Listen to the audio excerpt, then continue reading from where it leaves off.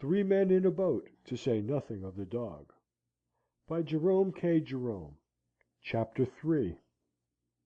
Arrangements settled. Harris's method of doing work. How the elderly family man puts up a picture. George makes a sensible remark. Delights of early morning bathing. Provisions for getting upset. So on the following evening we again assembled to discuss and arrange our plans.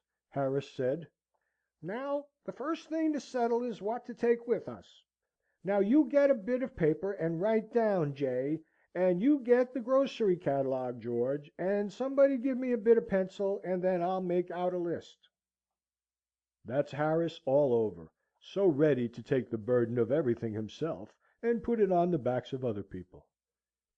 He always reminds me of my poor Uncle Podger.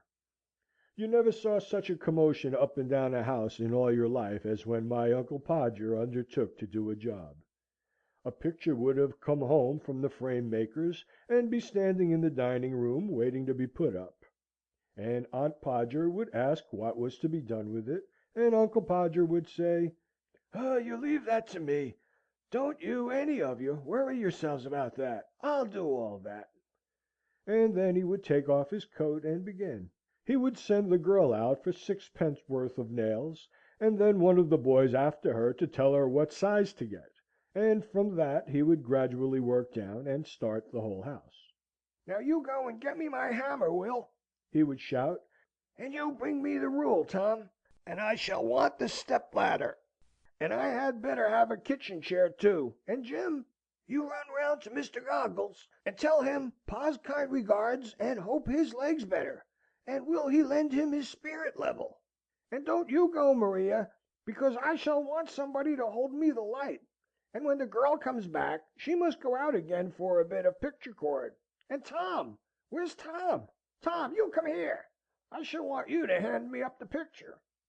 And then he would lift up the picture and drop it, and it would come out of the frame, and he would try to save the glass, and cut himself. And then he would spring round the room, looking for his handkerchief. He could not find his handkerchief, because it was in the pocket of the coat he had taken off, and he did not know where he had put the coat. And all the house had to leave off looking for his tools, and start looking for his coat, while he would dance round and hinder them. "Doesn't anybody in the whole house know where my coat is? I never came across such a set in all my life. Upon my word, I didn't. 6 of you! And you can't find a coat that I put down not 5 minutes ago. Well, of all the—" Then he'd get up and find that he had been sitting on it, and would call out, "Oh, you can give it up. I've found it myself now. Might just as well ask the cat to find anything as expect you people to find it." And when half an hour had been spent in tying up his finger, and a new glass had been got, and the tools, and the ladder, and the chair, and the candle had been brought, he would have another go, the whole family, including the girl and the charwoman, standing round in a semicircle, ready to help. 2 people would have to hold the chair, and a third would help him up on it, and hold him there, and a fourth would hand him a nail, and a fifth would pass him up the hammer, and he would take hold of the nail and drop it. "There!" he would say in an injured tone. "Now the nail's gone!" And we would all have to go down on our knees and grovel for it, while he would stand on the chair and grunt, and want to know if he was to be kept there all the evening. The nail would be found at last, but by that time he would have lost the hammer. "Where's the hammer? What did I do with the hammer? Great heavens! 7 of you, gaping round there, and you don't know what I did with the hammer?" We would find the hammer for him, and then he would have lost sight of the mark he had made on the wall where the nail was to go in. And each of us had to get up on the chair beside him, and see if we could find it, and we would each discover it in a different place. And he would call us all fools, one after another, and tell us to get down. And he would take the rule, and remeasure, and find that he wanted half 31 3/8 inches from the corner, and would try to do it in his head, and go mad. And we would all try to do it in our heads, and all arrive at different results, and sneer at one another. and in the general row the original number would be forgotten, and Uncle Podger would have to measure it again. He would use a bit of string this time, and at the critical moment, when the old fool was leaning over the chair at an angle of 45, and trying to reach a point 3 inches beyond what was possible for him to reach, the string would slip, and down he would slide on to the piano, a really fine musical effect being produced by the suddenness with which his head and body struck all the notes at the same time. And Aunt Maria would say that she would not allow the children to stand round and hear such language. At last Uncle Podger would get the spot fixed again, and put the point of the nail on it with his left hand, and take the hammer in his right hand; and with the first blow he would smash his thumb, and drop the hammer, with a yell, on somebody's toes. Aunt Maria would mildly observe that next time Uncle Podger was going to hammer a nail into the wall, she hoped he'd let her know in time, so that she could make arrangements to go and spend a week with her mother while it was being done. "Oh, you women, you make such a fuss over everything!" Uncle Podger would reply, picking himself up. "Why, I like doing a little job of this sort." And then he would have another try, and at the second blow the nail would go clean through the plaster, and half the hammer after it, and Uncle Podger be precipitated against the wall with force nearly sufficient to flatten his nose. Then we had to find the rule and the string again, and a new hole was made. And about midnight the picture would be up, very crooked and insecure, the wall for yards round looking as if it had been smoothed down with a rake, and everybody dead beat and wretched, except Uncle Podger. "There you are!" he would say, stepping heavily off the chair on to the charwoman's corns, and surveying the mess he had made with evident pride. "Why, some people would have had a man in to do a little thing like that." Harris will be just that sort of man when he grows up, I know, and I told him so. I said I could not permit him to take so much labour upon himself. I said, "No, you get the paper and the pencil and the catalogue, and George write down, and I'll do the work." The first list we made out had to be discarded. It was clear that the upper reaches of the Thames would not allow of the navigation of a boat sufficiently large to take the things we had set down as indispensable. So we tore the list up and looked at one another. George said, "You know, we are on the wrong track altogether. We must not think of the things we could do with, but only of the things that we can't do without." George comes out really quite sensible at times. You'd be surprised. I call that downright wisdom, not merely as regards the present case, but with reference to our trip up the river of life generally. How many people on that voyage load up the boat till it is ever in danger of swamping, with a store of foolish things which they think essential to the pleasure and comfort of a trip, but which are really only useless lumber.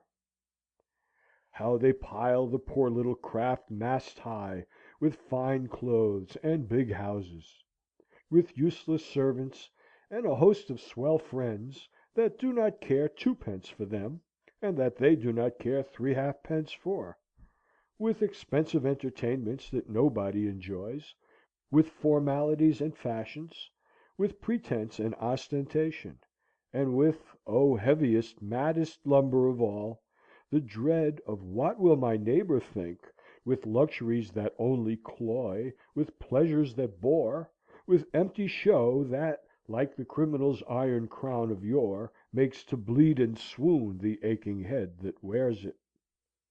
It is lumber, man, all lumber. Throw it overboard. It makes the boat so heavy to pull you nearly faint at the oars.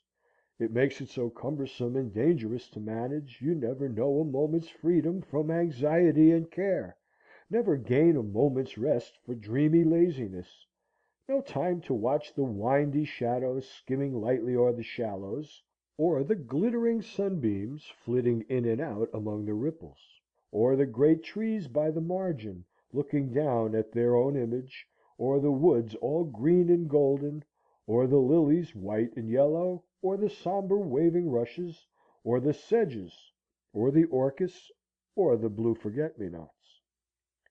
Throw the lumber over, man. Let your boat of life be light, packed with only what you need. A homely home and simple pleasures, one or two friends worth the name, someone to love and someone to love you, a cat, a dog, and a pipe or two, enough to eat and enough to wear, and a little more than enough to drink, for thirst is a dangerous thing. You will find the boat easier to pull then, and it will not be so liable to upset, and it will not matter so much if it does upset. Good plain merchandise will stand water. You will have time to think as well as to work, time to drink in life's sunshine, time to listen to the Aeolian music that the wind of God draws from the human heartstrings around us, time to—I beg your pardon, really, I quite forgot. Well, we left the list to George, and he began it. "We won't take a tent," suggested George. "We will have a boat with a cover. It is ever so much simpler and more comfortable." It seemed a good thought, and we adopted it. I do not know whether you have ever seen the thing I mean. You fix iron hoops over the boat, and stretch a huge canvas over them, and fasten it down all round, from stem to stern, and it converts the boat into a sort of little house, and it is beautifully cosy, though a trifle stuffy. But there, everything has its drawbacks, as the man said when his mother-in-law died, and they came down upon him for the funeral expenses. George said that in that case we must take a rug each, a lamp, some soap, a brush and comb between us, a toothbrush each, a basin, some tooth powder, some shaving tackle (sounds like a French exercise, doesn't it?), and a couple of big towels for bathing. I notice that people always make gigantic arrangements for bathing when they are going anywhere near the water, but that they don't bathe much when they are there. It is the same when you go to the seaside. I always determine, when thinking over the matter in London, that I'll get up early every morning, and go and have a dip before breakfast, and I religiously pack up a pair of drawers and a bath towel. I always get red bathing drawers. I rather fancy myself in red drawers. They suit my complexion so. But when I get to the sea, I don't feel somehow that I want that early morning bathe nearly so much as I did when I was in town. On the contrary, I feel more that I want to stop in bed till the last moment, and then come down and have my breakfast. Once or twice virtue has triumphed, and I have got out at 6 and half dressed myself, and have taken my drawers and towel, and stumbled dismally off. But I haven't enjoyed it.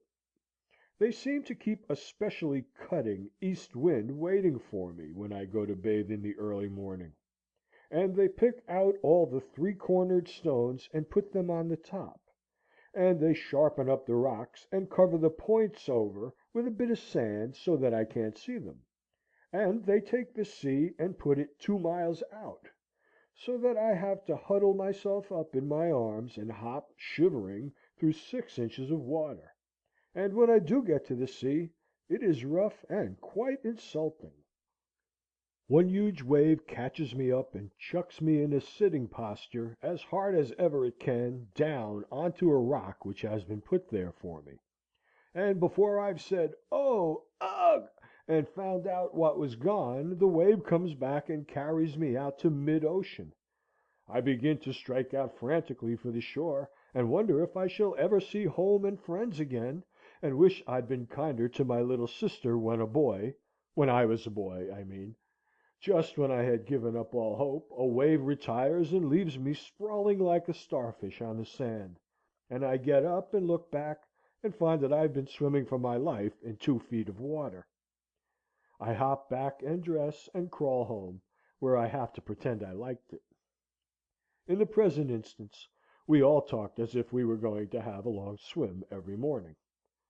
George said it was so pleasant to wake up in the boat in the fresh morning, and plunge into the limpid river.